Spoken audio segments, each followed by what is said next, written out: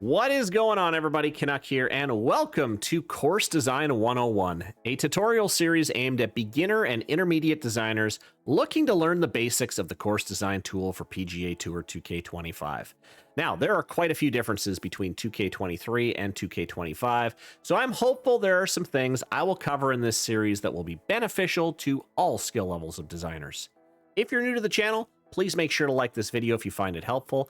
I love helping all designers get better, and it always makes me happy to hear that so many people over the years who are now much better designers than myself tell me they got their start by watching my course design tutorials, so thank you so much for that. Also, subscribe to the channel as I've got lots of videos coming in this series, as well as course playthroughs and all things PGA Tour 2K25. My goal of this series is to walk you through all the tools that you're going to need that will help you create a golf course from scratch. Each video will feature a new topic, and I'll timestamp these videos so you can jump around as much as you want. For those interested, I am playing on a PC and using an Xbox controller to design. So let's get going with our first video, where I'm going to show you how to set your plot so no surfaces get auto-generated. I'm going to show you a few of my favorite themes. We actually have a new one this year that I think is going to be popular. I'm also going to show you how to adjust global settings to select your amount of automated vegetation, hills, things like that. And I'm also going to show you how to create a plot so that surfaces don't auto-flatten all the time. All right, let's get into it. All right, so here we are. We've selected new course from the course design tab. And from here, we need to make sure that the designer does not lay down any surfaces automatically when we start laying down holes. We want to do that ourselves. So we're going to go into the layout screen, and we need to make sure number of holes is set to 0. It might be set to 18 on yours. You can change that in a setting so it's always at 0, but always make sure that's set to 0, and make sure fairway width, fairway bunkers, and green size is always set to 0 as well, so it's not going to lay anything down. Now, we're not going to worry about theme or terrain right now. I'm just going to hit continue because we do need to change a couple more things once we're into the plot. All right, so here is our plot. Now we need to change, like I said, a couple more things to make sure that nothing is getting auto-generated. So I moved all the way over to the course settings menu. I'm going to make sure no tee boxes get created. So that's going to go down to 0. I'm going to do the same thing with the rough. Make sure light rough width and heavy rough width is also set to 0. And finally, green settings. I'm going to go all the way down to my green bunkers and make sure that is down to 0 as well. You know you've done this correctly if you do go to edit holes and create holes. Let's just throw a hole down right now. And once we've done that, it should work if we just have a single solitary flag on one side, and way over on the other side, we have just a tee box. So there, we don't have anything auto-generated. We can now start building holes from scratch. So you always got to make sure you do that before you start any of your design. All right, so here is our plot, and let's just start talking a little bit about our visuals and how our plot looks. So the first thing we can change over in our environment settings is the theme. Right now we are in what's called the boreal theme, and which is obviously more of a kind of dense foresty theme.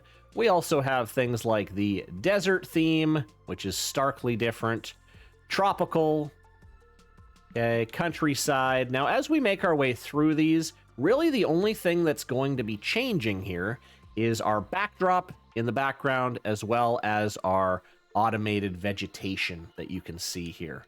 So we've got a few other ones. Harvest, really nice one for more fall courses. Winter is a bit of a, not many people are playing winter golf courses, but it's there if you want it. Delta is a very versatile, fun kind of theme. We also have rustic. Pairs really nicely with countryside. These are really good for like parkland style courses. Maybe my personal favorite, just with some of the backdrops, are the Swiss theme, just very mountainous course. We also have Steppe, which is a really good updated, upgraded desert theme, which if I'm going to make a desert course, usually Steppe is where I like to go. Autumn is very much an updated harvest theme. And I'm going to show you here why this is my favorite theme. Is this seems to be the only theme where we have these auto-generated fescue that's really, really thick. And the thing why that's so important is auto-generated vegetation doesn't take up object meter. If you look down in the bottom right-hand corner, you have 3 different things: file size, objects, and memory. Objects, we have a very limited budget. Not very limited, you can still put a lot down, but the auto-generated vegetation doesn't take up any of the meter. So it is nice having a lot of this dense grass, and if we don't want some of it, we can just delete it. So it's nice having some free assets, especially around the grass. Islands is really nice as well. This is probably your go-to if you're going to make more of a traditional Link style course. And then finally, the new theme this year is the temperate theme. Can't really describe what the temperate theme is, but it's kind of a mix of everything. Let's just keep in the temperate theme for now. A couple other things we can look at here is the backdrops. So this is where we can kind of look at a whole bunch of different options for what we want those mountains in the back to look like. Maybe we don't want any mountains at all. Maybe we want a little bit more of a lake setting here. And the backdrops are different for the different themes, so explore those and see really what you like. But I think maybe we'll go with maybe just like a partial lake and mountain view here, just for the sake of this course. Okay, so a few more things is now we can adjust this global vegetation here. And in order to do that, we're going to head into our terrain settings. So here you can adjust things like the water level. Right now I have a lot of water on my plot. I can actually set this down to 0, so there's no water on my plot. Usually I like to do that because I like to throw in my own water, but again, totally up to you. You can also adjust the amount of natural hills we have here. And, 100 is going to create a very hilly course, whereas 0, pretty self-explanatory. Not so much. So experiment, see what you like. Trees, plants, grass, and rocks are pretty self-explanatory. The higher you make them, the more stuff there is on them. I recommend, just because the plants are the short little shrubs, I always set those to 0. I'll add those on my own. I'll also do the same thing with the rocks. Temperate's a little bit weird. I think it must count these as trees. So there we go, gets rid of them. But you can obviously delete those as needed too. All right, so let's talk a little bit about these auto-generated rolling hills. There are pros and cons to having these on your plot. Now, as a beginner, I would suggest as you get started, it might be a good idea to keep these rolling hills in, because it makes sculpting a little bit easier, which I'll show you why in a second. And also it can help generate ideas for you. So, I might be looking down this chute and, I see this kind of ridge here, and I see maybe a nice little green site here. I could say, hey, that's a great spot to put a golf hole. So it can definitely help churn some ideas and getting things going. However, when you do start laying down surfaces, and we're going to talk about how to create holes in the next episode, but just as an example here, I'm going to lay down just this round brush of fairway and watch what happens to the ground below it. You see how it kind of flattens everything out, which again can be good for new designers, especially when we're struggling at the beginning with how to use the sculpting tool. But it does take a lot of the interest out of the actual fairway. And it does kind of tend to warp the area around it, and you're going to have to end up sculpting it anyway.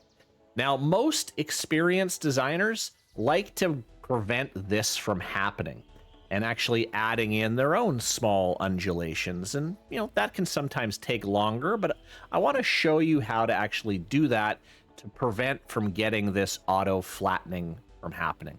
Again, what I'm about to show you is completely optional. You don't have to use it at all. And I do recommend, if you're absolutely brand new, to probably avoid doing this step at the start. But I do want to show it to some people because it is quite a common question on how to actually do it. So what we're going to do is we're going to head over to the sculpt menu. And there are 2 options here. There is landscaping tools and terrain shaping tools. Veterans of the series know landscaping tools is all you need. I have been around this game for a long time. I'm still not quite sure how exactly terrain shaping works. They look like they're kind of the same thing, but always use landscaping, okay? We'll just keep it as easy as that. So I'm going to go into landscape flatten, and we've got this little brush that will help us flatten parts of our plot. I'm going to move over to the last page and select this big square. And I'm going to use the scale, which is my D-pad here, and I'm going to make this square as big as I can. Put it, doesn't really matter where you put it, because again, you're probably not going to use the whole plot, but maybe about there. And I'm going to use my little bumper here to raise this up. Maybe raise it up 10 to 30 feet, somewhere around there.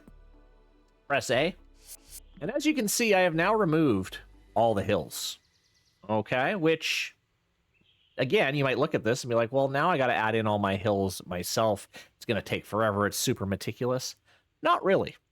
Okay. What you can actually do now is, if you do have a vision for your course, you can start adding in all the large hills and large features of your plot yourself.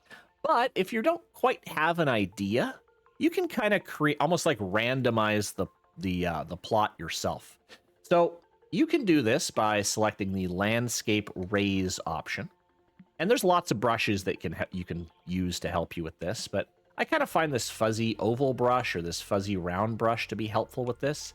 We're going to talk in future videos about why these are my favorite brushes for sculpting and what you should be using 99% of the time. But I'm going to use this guy here, and I'm going to make him really big. And what I'm going to do is I'm going to add some hills just kind of randomly to my plot, because I don't really have any ideas. I want to kind of generate these ideas for me. Actually, now before I do this, I actually want to set my lighting a little bit lower just so you can actually see this. So I'm going to set my inclination quite low so we can actually see the shadows here. Don't worry about the lighting stuff. Again, this is another future video topic. So I'm going to go back to my landscape tools, landscape raise. I'm going to select that oval shape. I'm going to make it rather big. And maybe I'll make this, I don't know, 10, 20, 30 feet, maybe even bigger. And what I'm going to do here is I'm going to hold down my A button, and I'm going to spin it around using my D-pad. It's a little bit tricky to get used to, especially if you're doing this on controller, but I'm just going to kind of go around the plot, and it's going to just kind of throw in some larger hills automatically. It might help give me some ideas. I'm just going to go around a little bit, add in some hills, and then I'm going to let go of the A button. As you can see, it's added in some larger hills, larger features. I can adjust the size, the shape. Maybe I'll go down 10 or 15 feet, do the same thing. Again, I'm just kind of creating larger, more interesting areas in my plot. And that kind of gives me some more gentle rolling hills to get me started. Now, I would normally take quite a bit longer to do this, but since this is a tutorial episode, we're keeping it relatively short. So those are larger movements, but I want to do some more smaller movements because still it's very flat. So what I like to do is go into my landscape raise, and I like to select, there's a bunch of funky looking brushes here. Experiment with them. I particularly like this one here. I like to make it not super big, maybe about that size, and maybe raise it up about 1 or 2 feet. Just so I'm going to create these tiny little undulations in my land. I'm going to do the same thing. I'm going to spin it around and start adding in some smaller undulations. And you can kind of see the shadows here. Just going to let go. Yeah, we're adding some smaller little rolling hills. So I would go around and do this to my entire plot. I'm not going to do that right now, but you can go down around and do that to your entire plot. And what this has now actually done is when I do go and create a shape or a brush or whatever, again, more on this in the next episode, you'll notice that it no longer flattens, which is nice to use, and you can use some of these natural undulations in creating your own course. Again, completely optional step, but it is there for you to use if you want. All right, so that is all we're going to cover in the first episode. In our next episode, we're going to lay down the bones of our first hole and start designing some fairways and greens. So thank you guys so much for watching. Anything else you want me to cover as we work our way through this series, please let me know in the comments below, and I'll do my best in getting to them. Thank you guys again so much for watching, and we'll see you next time.